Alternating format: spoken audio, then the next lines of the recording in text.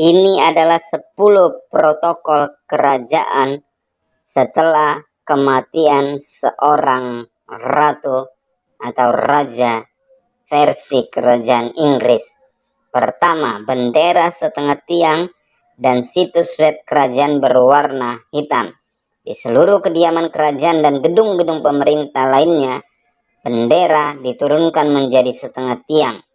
Situs web kerajaan diubah menjadi halaman hitam dengan pernyataan singkat yang mengumumkan kematian ratu atau raja. Perdana Menteri merupakan anggota pemerintah yang pertama membuat pernyataan soal kematian ratu atau raja. Yang kedua, pengumuman kematian berbingkai di istana Buckingham. Tradisinya adalah memasang pengumuman resmi berbingkai tentang kematian di pagar istana. Sementara itu, Westminster Abbey dan Katedral St. Paul akan membunyikan lonceng pada waktu yang ditentukan setelah kematian pemegang tahta kerajaan. Pada hari pertama berkabung, upacara penghormatan dilakukan di Hyde Park dan di Tower Hill. Ada juga protokol mengheningkan cipta secara nasional. 3. Raja yang akan menggantikan bertemu dengan Perdana Menteri. Misalnya, seperti Charles setelah kematian ibunya, Charles yang bergelar Charles III dijadwalkan akan melakukan audiensi pertama dengan Perdana Menteri. Dia juga akan bertemu dengan Earl Marshall untuk secara resmi menandatangani rencana pemakaman yang diharapkan akan diadakan dalam waktu 10 hari ke depan. Raja Charles III akan memberikan siaran ke negara dan persemakmuran soal kematian sang ratu. Yang keempat, pengumuman raja baru.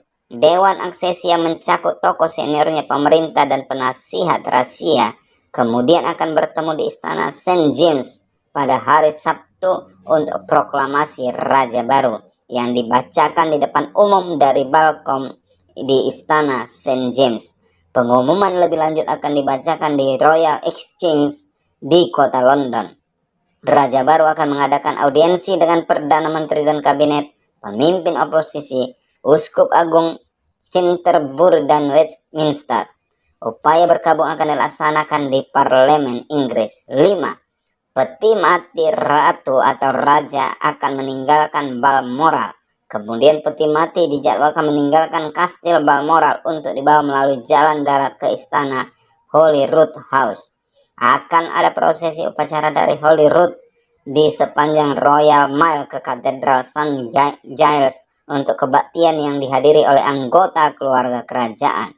Setelah kebaktian, Katedral St. Giles akan dibuka untuk umum selama 24 jam untuk disemayamkan, bukan dalam tingkat kenegaraan, karena itu akan berlangsung di London. Yang keenam, raja baru, misalnya Raja Charles III menggelar kebaktian doa di Irlandia Utara. Raja Charles akan mengunjungi Irlandia Utara, di mana ia akan menerima pesan bela sungkawa di Kastil Hillsborough dan akan menghadiri Katedral St. Anne di Belfast untuk kebaktian doa dan refleksi tentang kehidupan Ratu Elizabeth II. 7. Latihan prosesi peti mati di London. Akan ada latihan untuk prosesi peti mati mendiang ratu atau raja yang berkuasa dari istana Buckingham ke Westminster Hall. Peti mati itu diperkirakan akan tiba di istana Buckingham dalam beberapa jam sebelum upacara besar direncanakan di London.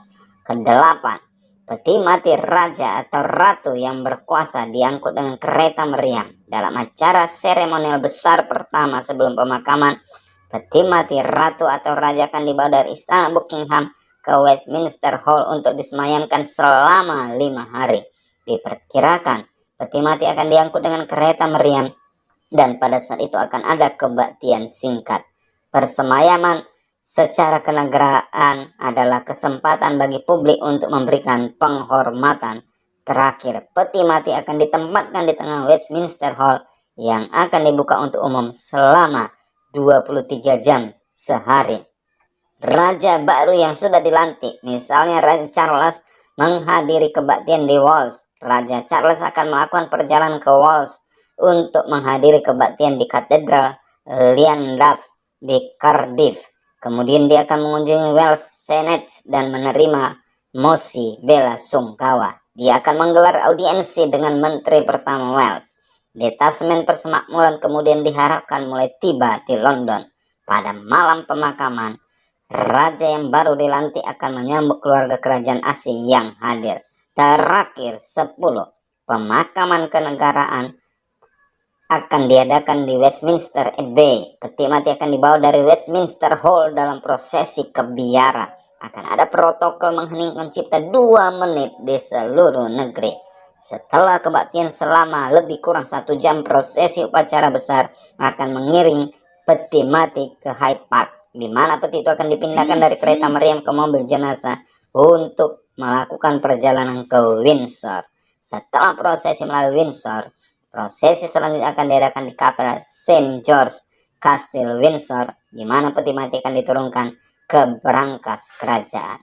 Itulah 10 protokol, yaitu kalau raja atau ratu dari kerajaan Inggris wafat. Semoga bermanfaat.